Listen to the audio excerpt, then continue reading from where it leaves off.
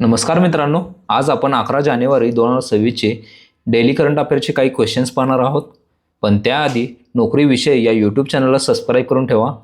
तर आजचा पहिला प्रश्न आहे, 11 जानेवारी रोजी कोणता आंतरराष्ट्रीय दिवस साजरा केला जातो? तर याचं उत्तर आहे नॅशनल यूथ डे. दुसरा प्रश्न पाहूयात. 2026मध्ये भारत सरकारने कोणत्या क्षेत्रासाठी नवीन कौशल्य विकास कार्यक्रम जाहीर केला? तर याचं उत्तर आहे आर्टिफिशियल इंटेलिजन्स. तिसरा क्वेश्चन, महाराष्ट्र सरकारने 2026मध्ये कोणत्या शहरात नवीन स्टार्टअप इक्युबेशन सेंटर सुरू केले? तर याचं उत्तर आहे पुणे.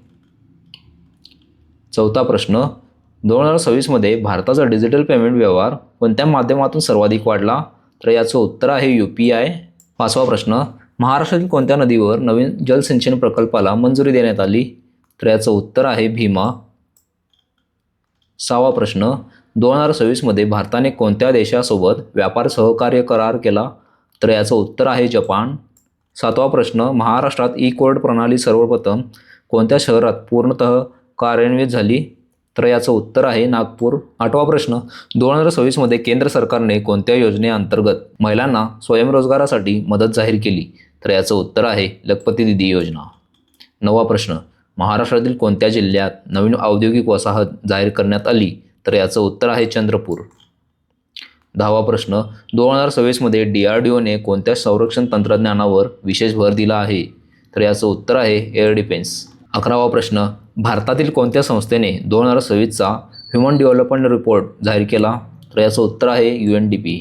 12वा प्रश्न, महाराष्ट्र सरकारने 2026मध्ये कोणत्या क्षेत्रासाठी नवीन धोरण जाहीर केले? तर याचं उत्तर आहे इलेक्ट्रिक व्हेकल्स. 13वा प्रश्न, 2026मध्ये भारतातील कोणत्या शहरात आंतरराष्ट्रीय व्यापार परिषद आयोजित झाली? तर याचं उत्तर आहे मुंबई.